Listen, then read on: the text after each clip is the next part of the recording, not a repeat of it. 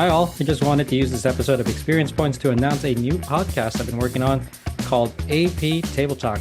I'm joined by my cousin, game design partner, and co host of AP Table Talk, Brian, so we can give you a brief introduction to the new show. Thanks for joining me, Brian. Hey, happy to be here, and I'm excited to tell you all about our new show. Great. Do you want to start? Sure. Okay, so on AP Table Talk, we'll be exploring the ins and outs of different board game mechanics, such as area control, deck building, worker placement, those kind of things.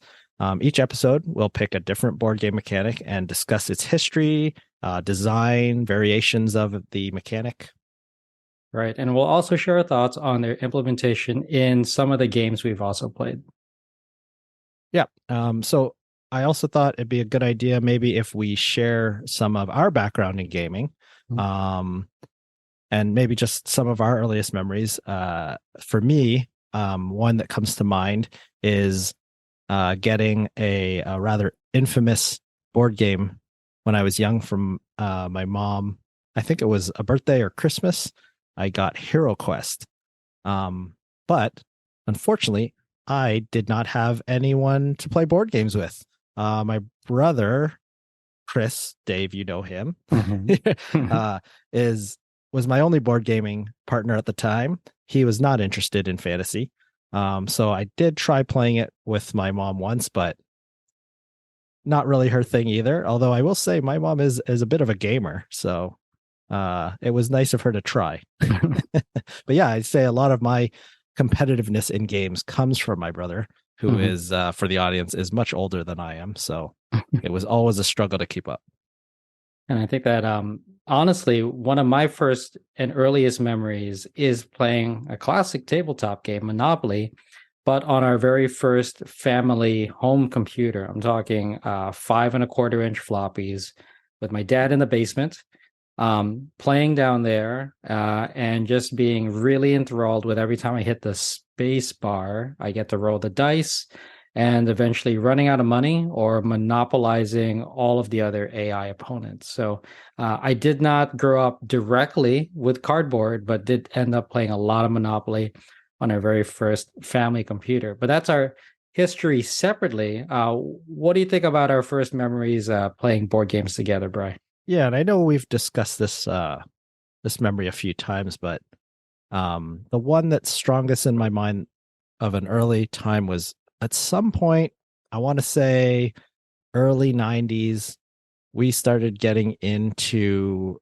cardboard board games, and because we were always into video games together. And I know you were big into your war stuff. You always like your war stuff. And we had gotten into Risk. Yep. I remember playing some computer versions of it, and I think that you had a physical copy.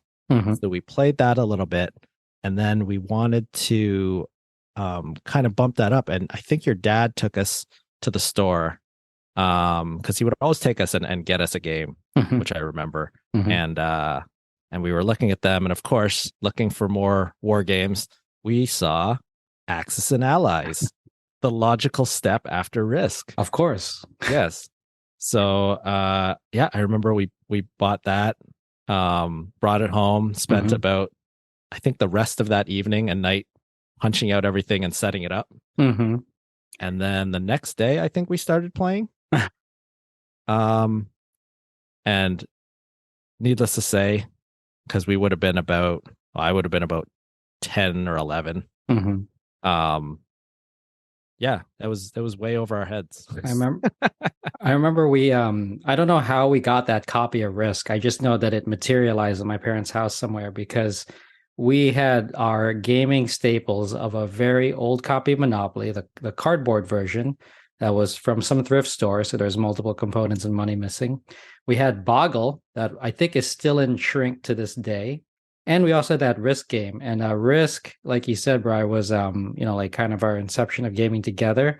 I think it was when I learned about Defender Advantage and always winning those ties, which I still think screwed me over to this day. But I remember going to Wizards of the Coast back then and getting that Axis and Allies and learning, which I guess now we know, spending the majority of the time punching out components and then setting up the game only to learn that you've run out of time to actually play the game.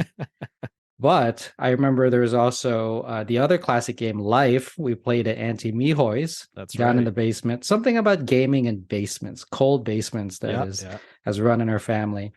And in Life, we played multiple games together, but I always remember you playing as the rock star, one game, and just hitting every single one of your spins. And I forget, I think I chose not to go to college and eventually had a bunch of kids and did not do well in that game, but you were a rock star. So I think it ended up working out. But that was our earliest moments in gaming, individually, together. What about now? How did we find each other in this modern era of tabletop gaming? So yeah, my because we after we did some board game, we got probably stuck more with video games at that time that we knew each other, and then we that's when we used to visit a lot. We were seeing each other probably multiple times a year. Our families would visit. And then I think it would have been probably when I went away to university was when we probably visited less. And then, I mean, we both got life evolved. We both got older. And then I think we were chatting and I saw a Facebook post. You had posted a picture of yourself at PAX. And that was, I was very envious because I knew about PAX, but in my mind, it was not something I was going to go. It was just a thing that existed, but was not really something within reach that I would ever do. And I remember talking to you about it, and you were like, "Oh yeah, you should come with me." And that's when I really thought, "Oh yeah, I could just go with Dave." Exactly. I was like, "Bri, you got to find this." I found this collection of Uber nerds who gather and descend on Boston in between February and April of every year, and you should totally come with me. And I remember specifically going to that event and discovering that they had Munchkin there, which I would say is my first modern tabletop game, and something that I think you own too, Bri. You had Munchkin Quest, though. I still have my original black and white copy of Steve Jackson's Munchkin on my shelf, but I think that's when we discovered that we were both into this modern tabletop gaming scene together. Yeah, because that was kind of a natural evolution too. Because again, we went and spent that first PAX that we went together. We spent the majority of our time on the expo floor doing the video game thing. But then as we started going to them, we realized we enjoyed our time much more in the board gaming area. And it got to the point where I'm pretty sure the last couple that we went to, we almost exclusively stay in the board gaming area and maybe just go stretch our legs and walk the expo floor for a little bit in between games. That's right. And I also remember the first year you came, I think you flew in and I told you to bring a huge suitcase because they just give away a lot of swag. That has since diminished significantly in the years since then, but you can still get a lot of swag at PAX, just not as much as when we first started going together. Probably for the best for both of us. That's right. I don't think we need any more lanyards. That's right. I had to throw away a bunch of my lanyards. There's no way I'm using those again. Well, that's a good trip down memory lane. Thank you, audience out there, for listening. Hopefully it gives you some insight into the feeling for our upcoming podcast. Yeah, thanks everyone. I hope you enjoy AP Table Talk. New episodes are going to be released sometime this spring 2023. So stay subscribed to this podcast feed, and hopefully you'll hear those new episodes soon.